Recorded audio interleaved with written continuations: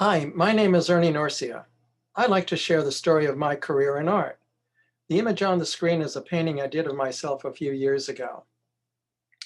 From a very young age, I drew the things around me that caught my interest. At age 12, I was introduced to oil paint. I had seen reproductions of the artwork of American artists like Winslow Homer, Grant Wood, and Andrew Wyeth. They fascinated me. I was inspired and wanted to do what they did. As I said, I drew a lot and painted a little, but I really wanted to learn how to paint. Excuse me. When I was 13, I took Saturday morning private art lessons with two friends, Doug and Dana. Doug is in front, Dana in the middle, and I'm the guy in the red shirt. Our classes were conducted by a highly respected local artist in an old loft overlooking Mystic Seaport in Connecticut. Mystic Harbor is in the background of the photo. Our instructor's studio was filled with adult students, mostly women, developing their paintings under natural light from large north-facing windows. We looked forward to being part of the painting group. Our instructor, having other plans, informed us we were not going to start out with oil paints. Our studies were to begin with drawing. Naturally, we were greatly disappointed. We drew from still life setups that he would prepare for us each week. He knew that we needed the discipline of classical drawing before moving into painting. We drew with vine charcoal, charcoal pencil, white chalk on gray paper. Our drawing kit also included sandpaper or tortillon for smoothing passages of charcoal. That's the rolled up paper in the slide, and a kneaded eraser. Because we wanted to paint, we didn't appreciate our instructor's approach. Yet this form of classical instruction is still practiced today in some of the world's finest art schools. It's called tonal drawing or value drawing and forms the foundation of all realistically painted imagery. The following drawings were made over the past several years. Some were demonstrations for classes I held at Moore College of Art and Design, others for the Pennsylvania Academy of Fine Art in Philadelphia. I can't emphasize strongly enough, learning to draw well is the most important tool and discipline for any visual artist. Here we have a front view of the Belvedere torso and a back view. Typical academic drawing. Not so academic is this trunk of a boulevard cypress that I drew, which used to be in my backyard. I thought it was interesting, so I drew it. Drawing of a good friend and another friend. For a change of pace, I'm going to show how I make a drawing. The tools used for this demonstration are white paper, vine charcoal, a charcoal pencil, sandpaper, and a kneaded eraser. I recorded the drawing's process while making this drawing of a dog's head. I started by drawing from the interior of the subject and moved toward the outer edges. Usually I start with a simple block in, like you see in front of you. Most people begin by drawing hard outlines of shapes. It's easier to start with tone and add the lines a bit later. The drawing is quickly built up by applying tone on top of previously drawn tone. As the drawing develops, lines can be introduced to define sharp edges and distinct shapes of the dog's features. So a very brief animation.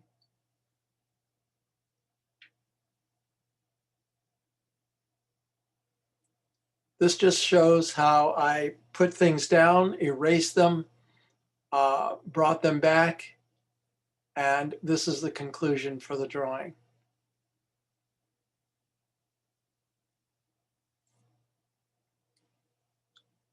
When I graduated high school and moved beyond private lessons, I attended college at the Rhode Island School of Design. I graduated with a bachelor's degree in painting and fine art. I went directly to graduate school at the Maryland Institute College of Art in Baltimore, and I graduated with a master's degree in fine arts. As I graduated, I decided to change the trajectory of my fine arts inclination. I decided to pursue a career as a commercial artist. This meant that my artwork would take on a narrative aspect, where each image tells a bit of a story. To get started, I worked for 2 studios producing advertising art over a period of 5 years. In the process, I learned a great deal about advertising art and being a commercial artist, which means meeting tight deadlines, working under great pressure, and exhibiting excellence in whatever I produced. It was great training, like doing postgraduate work.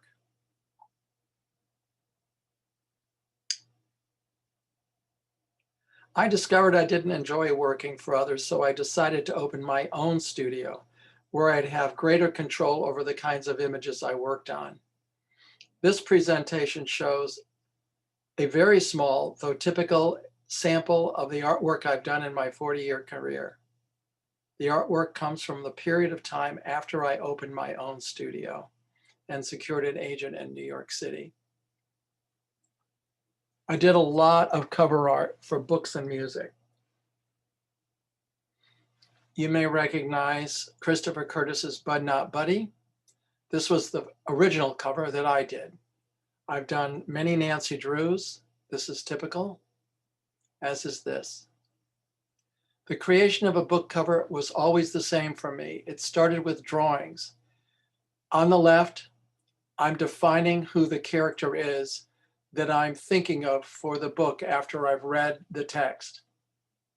The middle drawing is an intermediate step. The right-hand drawing is what I submitted to the publisher. They weren't particularly pleased. They decided that they didn't want the dog in the image, that I should make the boy larger, and that's what I did. I put him in a seated position, and the building in the background from the previous drawing was brought up closer. And in this sketch, the foliage and trees and shrubbery is amorphous. They like this sketch a great deal. So with their approval, I went on to the right-hand sketch, which is my final, which delineates exactly where I wanted to go with the finished art. This is very typical. I take great pains in the final drawing to get everything positioned exactly the way I want it, with all the values that I want established in the drawing to be repeated in the painting. This is the painted result for the book.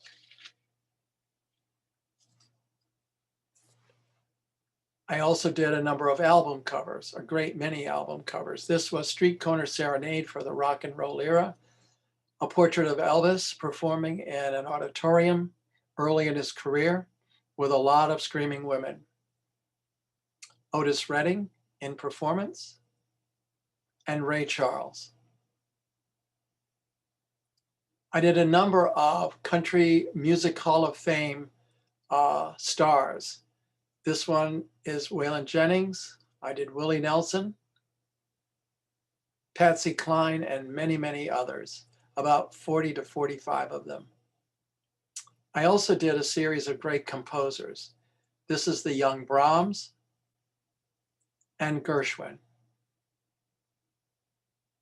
One of the joys of being an artist was when I had the opportunity to create holiday greeting cards. Here's one I particularly like of a wreath, all nice and green and clean and sparkling, with beautiful birds and fruits and vegetables on it. The dark bow and the greetings of the season is actually gold foil, but it reproduced as a dark image. And a character pretty much everyone in America knows. My career also has a great many portraits in it. All of these were commissioned images except for this one, which is an oil sketch I did of a friend with his horse. This is of a young girl. This is sort of not a formal piece of art. It is more informal, but it is very, very finely detailed. portrait of a professor at the University of Pennsylvania, head of the orthodontics department. An oil sketch of my niece and a good friend. The tools the visual artists use are particular to each artist. In my case, the papers that you see on the left are things that are what I draw on a pretty much regular basis. The sticks of charcoal are very common, but I've also shown powdered charcoal, which I also employ in my drawings. And of course, there's the ubiquitous kneaded eraser, very, very important for drawing with vine charcoal. The watercolor tray shows that I use watercolor. I don't use it to make art that I sell, but I do use it to make preliminary sketches so that I can figure out where I want to go with the colors in a painting that I'm going to be attempting to paint. The bottles of pigment that you see in the center are dry pigment, which is combined with egg yolk. And there's the egg in the center of the palette, glass palette. The egg yolk and pigment form a fantastic form of paint, favored by Andrew Wyeth, but also has an incredible history of over 2,000 years of utility. I also use oil paint quite a lot. The brushes in the glass jars that you see are the ones that I use heavily.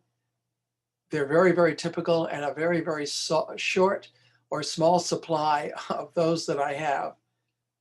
I also have a dual cup palette cup, which I use for medium, oil medium and solvent, and of course, palette knives for moving paint around, mixing it, doing whatever I need to with it.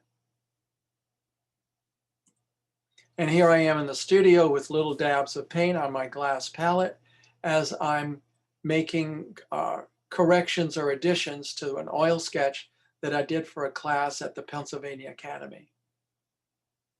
Recognition has come to me in many forms over the years for my work.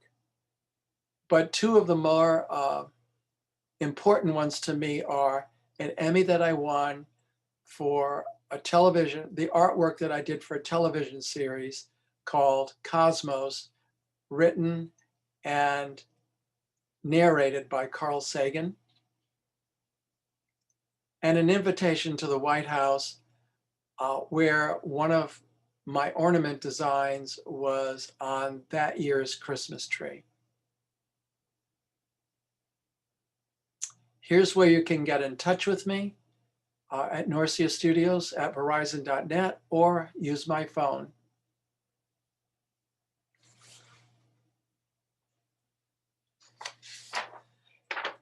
In closing, if you truly want to be involved in the visual arts, don't wait. Get started now.